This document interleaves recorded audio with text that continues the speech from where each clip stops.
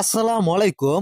আমাদের পুকুর পাড়ে আমরা কলার গাছ লাগাইছি। কলা গাছগুলো আমরা ৫ হাত পর পর লাগাইছি। তো কলার গাছের মাঝখান দিয়ে আমরা একটি করে সুপারি গাছ লাগাবো। এ কারণে আমি ২ দিন আগেই যেখানে সুপারি গাছ লাগাবো কোরখন্তা দিয়ে সুন্দরভাবে খুঁড়ে রেখে দিয়েছিলাম।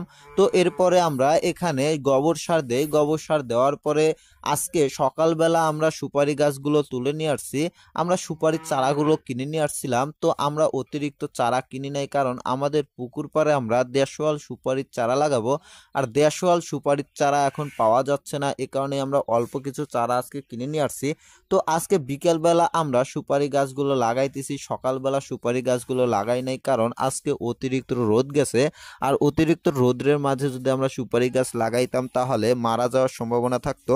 তো এ কারণে আমরা বিকেলবেলা সুপারি গাছগুলো লাগাইতেছি। তো আমরা আমাদের পাড়ের কলা গাছগুলো বেশি দিন রাখতে পারবো না, কারণ কলার গাছ যখন লাগানো হয় ২-৩ বছর মোটামুটি ভালোই কলা ধরে, পরবর্তীতে আর কলা ধরে না। এ কারণে আমরা ২-৩ বছর পরে আমাদের পুকুর পাড়ের কলা গাছগুলো একবারে কেটে ফেলে দেব। তাই আমরা অগ্রিম আমাদের পুকুর পাড়ে সুপারি গাছ লাগাইতেছি। সুপারির খুবই চাহিদা এবং দেশওয়াল সুপারিগুলোর অতিরিক্ত চাহিদা থাকে। ওই সময়ে সুপারির চাহিদা অনুসারে উৎপাদন কম, তখন মোটামুটি ভালোই চাহিদা থাকে। এই কারণে আমরা দেশওয়াল সুপারি লাগাবো। আমরা আমাদের পুকুর পাড়ে মরিচ লাগাইছি এবং বিভিন্ন রকমের সবজি লাগাইছি। আসলে আমরা আমাদের পুকুর পাড় থেকেই অর্গানিক সবজি তৈরি করে খেতে চাই। আমরা বাজার থেকে কখনোই সবজি কিনি না।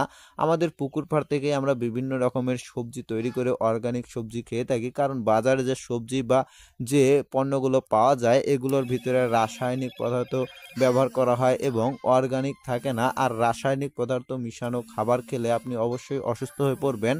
আমাদের শুটকিগুলো যারা অর্ডার করেছিলেন তাদেরকে আমরা পৌঁছায় দিছি। আপনারা যারা নতুন করে অর্ডার করতে চাচ্ছেন অতি দ্রুত আমাদের সঙ্গে যোগাযোগ করতে পারেন, কারণ আমরা অতিরিক্ত উৎপাদন করি না। আমাদের সময় খুবই কম, তাই আমরা অল্প করে উৎপাদন করি এবং এগুলো রাখার মতো আমাদের কোনো স্কোপ নাই, কারণ আমরা আমাদের শুটকি মাছের ভিতরে কোনো রকম রাসায়নিক পদার্থ ব্যবহার করি না। এ কারণে আমাদের অতিরিক্ত সময় রাখা সম্ভব না। তাই আমরা অল্প করে উৎপাদন করি এবং যে যতটুকু অর্ডার করে ততটুকু উৎপাদন করে থাকি।